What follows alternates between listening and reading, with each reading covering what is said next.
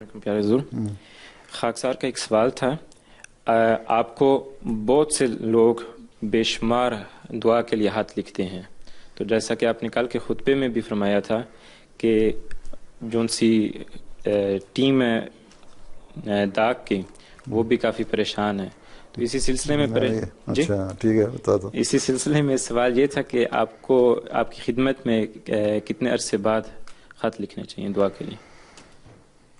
صرف دعا کے خط نہیں لوگ لکھتے، مختلف قسم کے لکھتے ہیں۔ دعائیہ صرف سمپل دعائیہ بھی کچھ خطوط ہوتے ہیں۔ جہاں تک ڈاک کی ٹیم کے پریشانی کا سوال ہے، خطبے کے بعد جب میں دفتر میں آیا ہوں تو ڈاک کی ٹیم کا خط پڑا ہوا تھا کہ ہم نہیں پریشان، ہم تیار ہیں جتنے بھی خط آ جائیں۔ تو صرف میں نے یہ کہا تھا کہ بعض دفعہ کام کی باتیں لکھنے کے بجائے خط بے شک لکھیں، جتنے مرضی لکھیں، بلا وجہ کے سوال جو ہوتے ہیں نا، جو حل پہلے حل ہوئے ہوتے ہیں، ان کو پوچھنے کی ضرورت نہیں ہوتی، ٹھیک؟ اس لیے بعض دفعہ لوگوں کے ذہنوں میں اٹکے بھی ہوتے ہیں سوال، اس لیے پوچھ بھی لیتے ہیں، کوئی حرج بھی نہیں ہے۔ باقی تمہاری مرضی، جتنے مرضی خط لکھو، کسی نے روکا نہیں۔ اور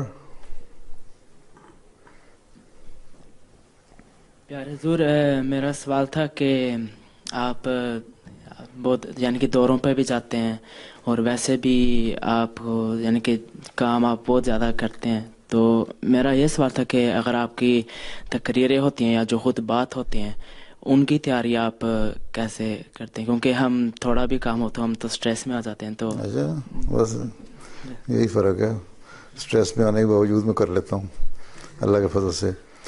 تم لوگ جو لوگ انگلش پڑھنا جانتے ہو نا، جو انگلش پڑھ سکتے ہو، اردو تم لوگوں کو پڑھنی نہیں آتی، جرمن تم لوگ میں اتنا وہ نہیں ہے، جو انگلش پڑھ سکتے ہو وہ عابد صاحب بھی میرے ساتھ دورے پہ جاتے ہیں نا، پریس کے انچارج ہیں ہمارے یہاں، وہ اپنی پرسنل اکاؤنٹ کے نام سے ایک ڈائری لکھتے ہیں۔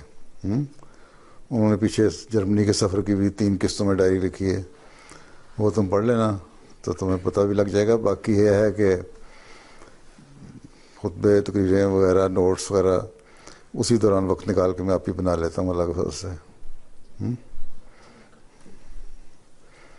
کچھ تمہارے سوالوں کے اس میں جواب بھی آ جائیں گے اگر تمہیں پڑھنی آتی ہے انگلش تو، ٹھیک؟ بس پڑھو، وہ ڈائری پڑھ لینا۔ اب تو میرا حال اسلام پہ بھی ہو گئی ہو۔